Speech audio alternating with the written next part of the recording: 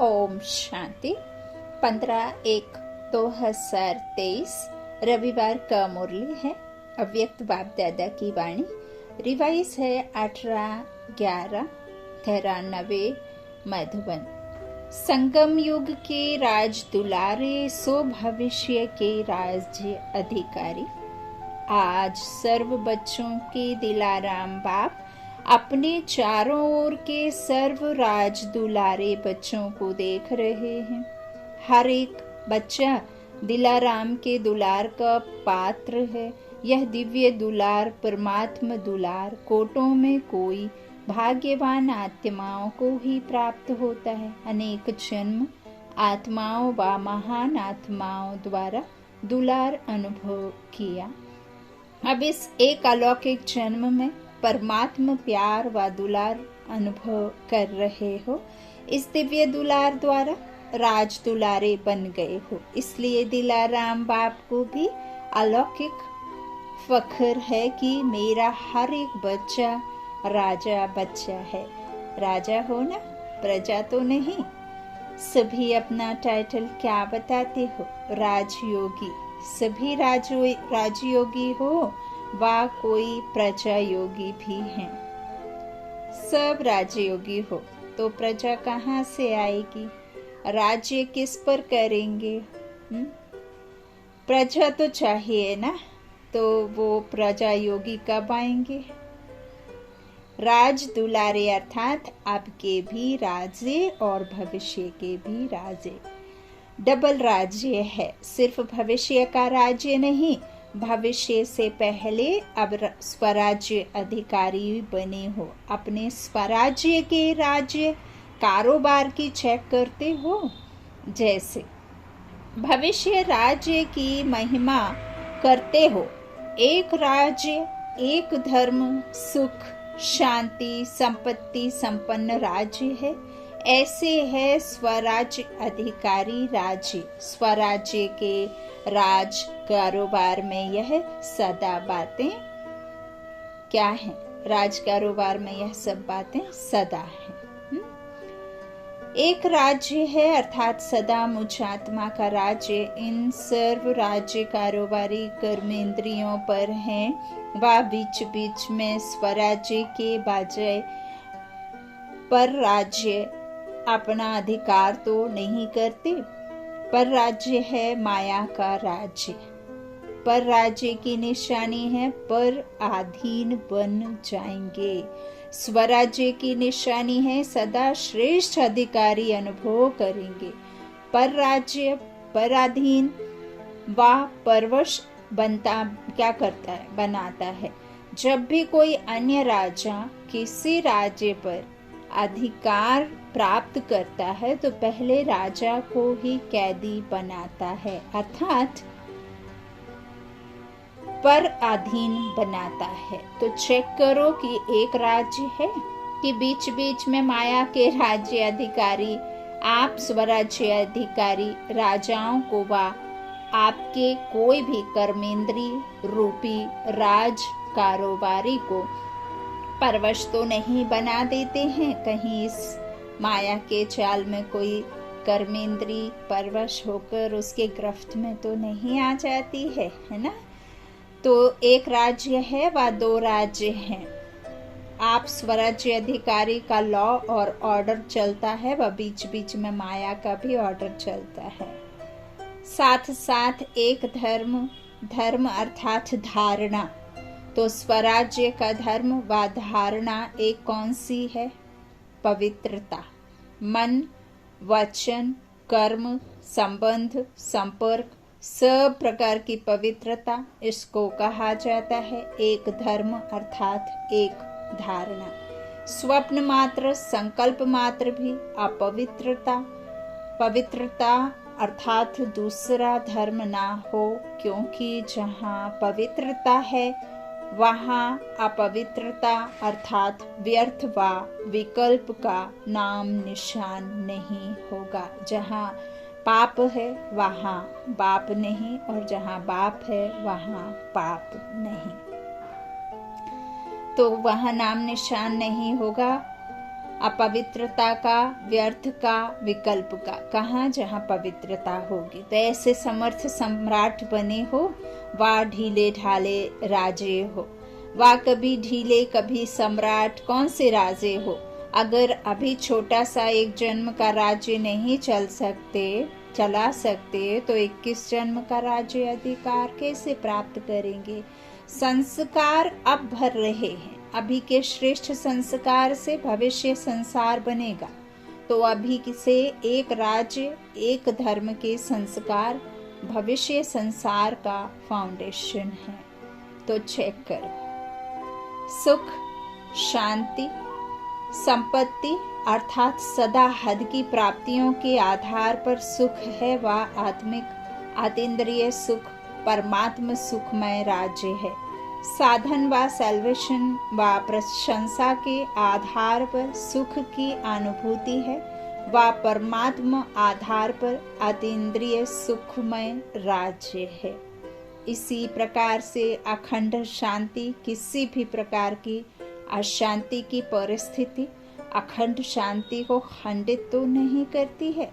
अशांति का तूफान चाहे छोटा हो चाहे बड़ा हो, लेकिन स्वराज्य अधिकारी के लिए तूफान अनुभवी बनाने की उड़ती कला का तोहफा बन जाए, लिफ्ट की गिफ्ट बन जाए। इसको कहा जाता है अखंड शांति। तो चेक करो, अखंड शांति में स्वराज्य है। ऐसे ही संपत्ति अर्थात स्वराज्य की संपत्ति, ज्ञान, गुण और शक्तियां हैं। इन सर्व संपत्तियों से संपन्न स्वराज्य अधिकारी हैं। संपन्नता की निशानी है संपन्नता अर्थात सदा संतुष्टता। अप्राप्ति का नाम निशान नहीं। जो है, जो मिला है, भाग्य विधाता मिला है, इससे ज्यादा संतुष्टि तो कोई हो ही नहीं सकती। तो अप्राप्ति का नाम निशान नहीं। भाग्य विधाता जब आपका बन गया तो भाग्यशाली बच्चे हो गए। हद की इच्छाओं की अविद्या इसकी कहा जाता है। संपत्तिवान और राजा का अर्थ ही है दाता। अगर हद की इच्छा व प्राप्ति की उत्पत्ति है तो वो राजा के बजाय मांगने वाला बन जाता है, और मांगने वाला होता ही है पुरानी दुनिया में। नई दुनिया में सब दाता के बच्चे मास्टर दाता बन सिर्फ दाता दाता दाता की भावना रखते हैं, देने वाली लेने की नहीं। लेवता तो पुरानी दुनिया में रावण राज्य में होते हैं। अच्छा, तो इसलिए अपने स्वराज्य अधिकार को अच्छी तरह से चेक करो कि मेरा स्वराज्य एक राज्य, एक धर्म, सुख, शांति संपन्न बना है कि अभी तक बन रहे। अगर राजा बन रहे हैं तो जब राज्य अधिकारी स्थिति नहीं है तो उस समय क्या हो, प्रजा बन जाते हो वा ना राजा ना प्रजा, बीच में हो। अभी बीच में नहीं रहो। यह भी नहीं सोचना कि अंत में बन जाएंगे। अगर बहुत काल का राज्य भाग्य प्राप्त करना ही है तो बहुत काल के स्वराज्य का फल है। बहुत काल का राज्य फुल समय के राज्य अधिकार का आधार वर्तमान सदा काल का स्वराज्य है। समझे? कभी अलवेले नहीं रह जाना। हो जाएगा नहीं करते रहना। बाप दादा को बहुत मीठी बातों से बहलाते हैं। राजा के बजाय बहुत बढ़िया वकील बन जाते हैं। ऐसी लॉ पॉइंट्स सुनाते हैं जो बाप भी मुस्कुराते रहते हैं। वकील अच्छा या राजा अच्छा? बहुत होशियारी से वकालत करते हैं, इसलिए अब वकालत करना छोड़ दो, राज दुलारे बनो। बाप का बच्चों से स्नेह है, इसलिए सुनते देखते भी मुस्कुराते रहते हैं। बाबा अपने बच्चों की नालायकी भरी बातें करने पर भी बाप मुस्कुराते रहते हैं। बाबा कह रहे हैं कि राज दुलारा अच्छा, राजा अच्छा या वकालत करना अच्छा। तो बाबा कहते हैं बाप का बच्चों से स्नेह इसलिए वह सुनते देखते मुस्कुराते रहते हैं। अभी धर्मराज से काम नहीं लेते, स्नेह सभी को चला रहा है।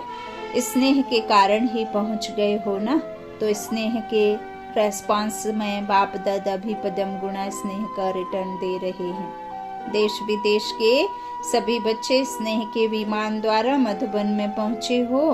बाप दादा साकार रूप में आप सबको और स्नेह स्वरूप में सर्व बच्चों को देख रहे हैं। अच्छा, सर्व स्नेह में समाये हुए समीप बच्चों को सर्व स्वराज्य अधिकारी सो विश्व राज्य अधिकारी श्रेष्ठ आत्माओं को सर्व प्राप्तियों संपन्न श्रेष्ठ संपत्तिवान विशेष आत्माओं को सदा एक धर्म एक राज्य संपन्न राज्य स्वराज्य अधिकारी बाप समान भाग्यवान आत्माओं को भाग्य विधाता बाप दादा का याद प्यार और नमस्ते नमस्ते। दादियों से मुलाकात। सभी कार्य अच्छे चल रहे हैं ना? अच्छे उमंग उत्साह से कार्य हो रहा है। करावन हार करा रहे हैं और निमित्त बन करने वाले कर रहे हैं। ऐसे अनुभव होता है ना कि मैंपन आ जाता है, मैंने करा, मैंने ज्ञान दिया, ये तो नहीं है ना। सब कुछ किसने? करण करावन हार करा रहे हैं, है ना। तो ऐसे अनुभव होता है ना। सर्व के सहयोग की अंगुली से हर कार्य सहज और सफल होता है। कैसे हो रहा है? ये जादू लगता है ना। दुनिया वाले तो देखते और सोचते रह जाते हैं और आप निमित्त आत्माएं सदा आगे बढ़ते जाएंगे, क्योंकि बे माना बेफिक्र बादशाह हो ना। अल्फ को याद करोगे तो बेफिक्र बादशाह बन जाओगे। दुनिया वालों को तो हर कदम में चिंता है और आप सबके हर संकल्प में परमात्मा चिंतन है, इसलिए बेफिक्र हैं। बेफिक्र है ना, अच्छा है। अविनाशी संबंध है, अच्छा, तो सब ठीक चल रहा है और चलना ही है। निश्चय है और निश्चिंत है। क्या होगा कैसे होगा यह चिंता नहीं है। टीचर्स को कोई चिंता है? सेंटेंस कैसे पढ़ेंगे यह चिंता है? सेवा कैसे बढ़ेगी यह चिंता है? नहीं है। बेफिक्र हो। चिंतन करना अलग चीज है, चिंता करना अलग चीज है। शुभ चिंतन है, अशुभ चिंतन है। चिंता करना ठीक है, लेकिन शुभ चिंतक मन चिंता करिए, मनन करिए, चिंतन करिए। बाबा के महावाक्यों के जो बात बाबा बताते हैं उसे धारणा में लाइए और उन्हीं बातों को चिंतन करिए। तो इस तरह बाप कहते सेवा बढ़ाने का चिंतन अर्थात प्लान भले बनाओ, लेकिन चिंता से कभी सफलता नहीं होगी। चलाने वाला चला रहा है, कराने वाला करा रहा है। ऐसे नहीं कि कोई गलत काम कर रहे हैं और तो भी हम यही कहें कि बाबा करण करावनहार है। बाबा गलत कार्यों में आपका साथ नहीं देगा। बाबा आपके संकल्पों में श्रेष्ठता और श्रीमत पर चलते हुए जब आप कार्य में बाबा से सहयोग मांगेंगे तब बाबा फिर सहायक बनकर सहायता करते हैं। करण करावनहार करा रहा है, तो इसलिए बाबा कहते हैं सहज होना ही है। सिर्फ निमित्त बन संकल्प तन मन धन सफल करते चलो। जिस समय जो कार्य होता है वो कार्य हमारा कार्य है। जब हमारा कार्य है, मेरा कार्य है, तो जहाँ मेरापन है वहाँ सब कुछ स्वतः ही लग जाता है। तो अभी ब्राह्मण परिवार का विशेष कार्य कौन सा है? टीचर्स बताओ, ब्राह्मण परिवार का अभी विशेष कार्य कौन सा है? किस में सफल करेंगे? ज्ञान सरोवर में। सरोवर में सब स्वहा करेंगे। परिवार में जो विशेष कार्य होता है तो सबका अटेंशन कहाँ होता है? उसी विशेष कार्य के तरफ अटेंशन होता है। ब्राह्मण परिवार में बड़े से बड़ा कार्य वर्तमान समय यही है ना। हर समय का अपना अपना वर्तमान समय, देश विदेश सर्व ब्राह्मण परिवार का सहयोग इस विशेष कार्य में है ना कि अपने अपने सेंटर में है। जितना बड़ा कार्य उतना बड़ा दिल, और जितना बड़ा दिल होता है ना उतना स्वतः ही संपन्नता होती है। अगर छोटा दिल होता है तो जो आना होता है वह भी रुक जाता है, जो होना होता है वह भी रुक जाता है, और बड़े दिल से असंभव भी संभव हो जाता है। मधुबन का ज्ञान सरोवर है वह आपका है। किसका है? मधुबन का है ना। गुजरात का तो नहीं है, मधुबन का है, महाराष्ट्र का है, विदेश का है, सभी का है। बेहद की सेवा का बेहद का स्थान अनेक आत्माओं को बेहद का वर्षा दिलाने वाला है। ठीक है ना। अच्छा, अव्यक्त बाप दादा की पर्सनल मुलाकात। पहला, स्व परिवर्तन को वाइब्रेशन ही विश्व परिवर्तन कराएगा। सभी अपने को खुश नसीब आत्माएं अनुभव करते हो। खुशी का भाग्य जो स्वप्न में भी नहीं था वो प्राप्त कर लिया। तो सभी की दिल सदा यह गीत गाती है कि सबसे खुश नसीब हूँ तो मैं हूँ।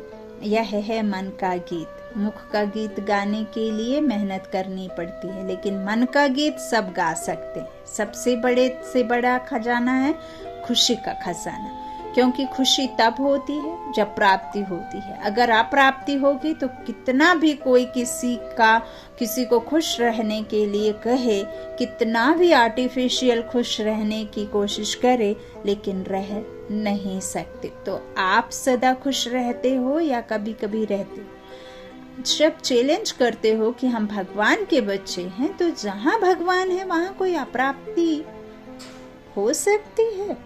तो खुशी भी सदा है, क्योंकि सर्व प्राप्ति स्वरूप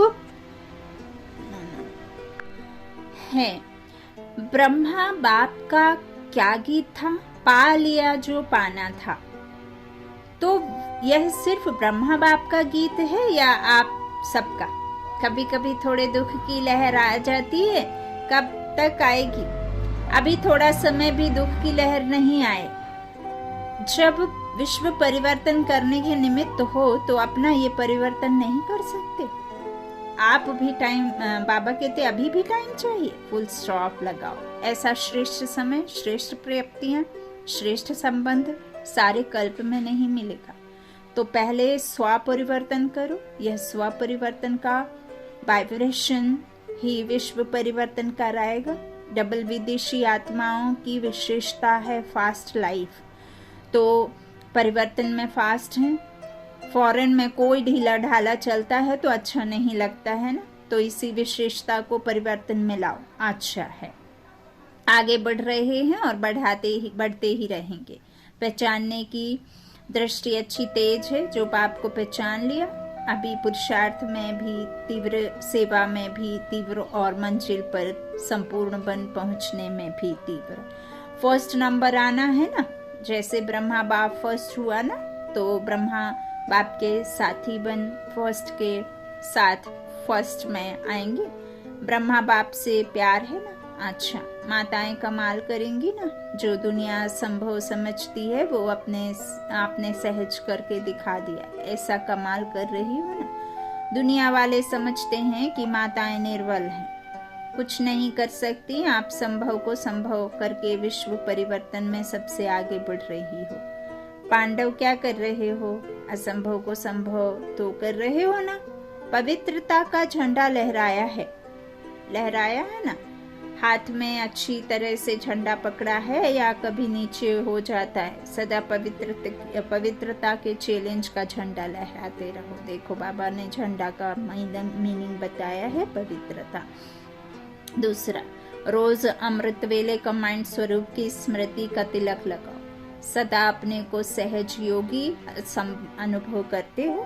कितनी भी परिस्थितियां मुश्किल अनुभव कराने वाली हों, लेकिन मुश्किल को भी सहज करने वाले सहज योगी हैं। ऐसे हो या मुश्किल के समय मुश्किल का अनुभव होता है, सदा सहज हैं। मुश्किल होने का कारण है बाप का साथ छोड़ देते हो। जब अकेले बन जाते हो तो कमजोर पड़ जाते हो, और कमजोर को तो सहज बात भी मुश्किल लगती है। जब आप खुद को अपन मैं समझेंगे तो क्या होगा? कमजोर फील करेंगे। और जब आप खुद को लाइट और माइट हाउस के साथ अनुभव करेंगे, कंबाइंड देखेंगे, तो सर्वशक्तिमान की स्थिति जो है वही आपकी स्थिति है।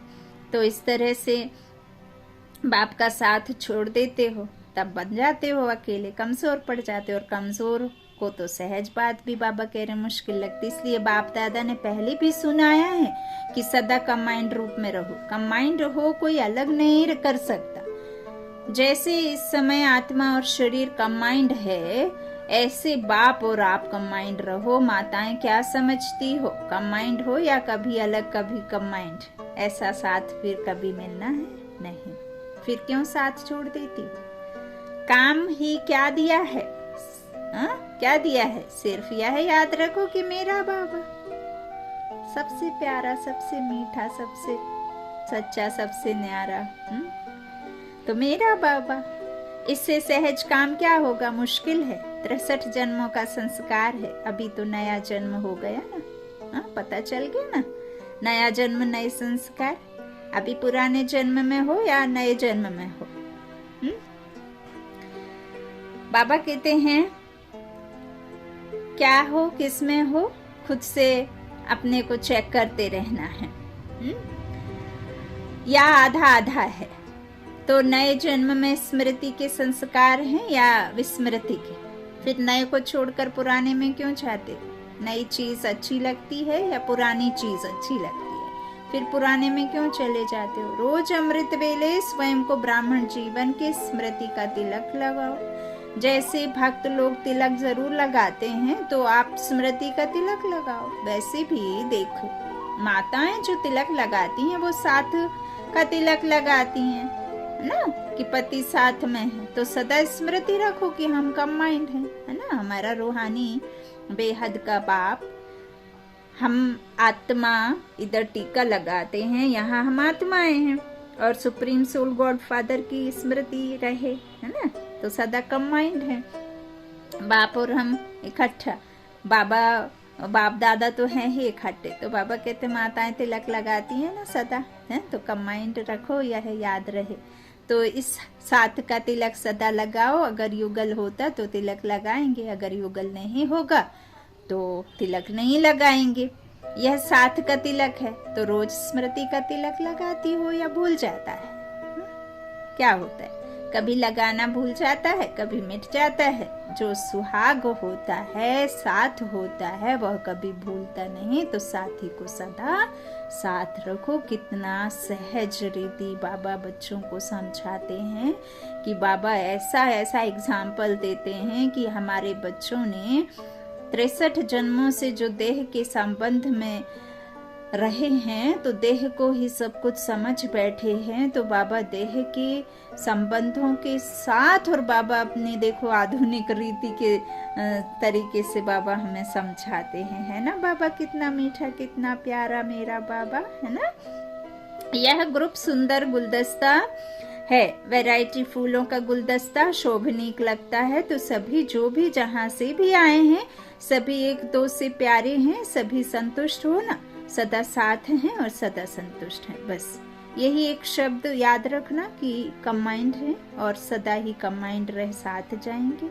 लेकिन साथ रहेंगे तो साथ चलेंगे, साथ रहना है, साथ चलना है। जिससे प्यार होता है उससे अलग हो नहीं सकते, हर सेकंड हर संकल्प में साथ ही हैं। अच्छा, वरदान, बैलेंस की विशेषता को धारण कर सर्व को ब्लेसिंग देने वाले शक्तिशाली सेवाधारी भव। अभी आप शक्तिशाली आत्माओं की सेवा है, सर्व को ब्लेसिंग देना, चाहे नैनों से दो, चाहे मस्तक मणि द्वारा दो। जैसे साकार को लास्ट कर्मातीत स्टेज के समय देखा, कैसे बैलेंस की विशेषता थी और ब्लेसिंग की कमाल थी, तो फॉलो फादर करो। यही सहज और शक्तिशाली सेवा है। इसमें समय भी कम, मेहनत भी कम और रिजल्ट ज्यादा निकलती है। तो आत्मिक स्वरूप से सबको ब्लेसिंग देते चलो।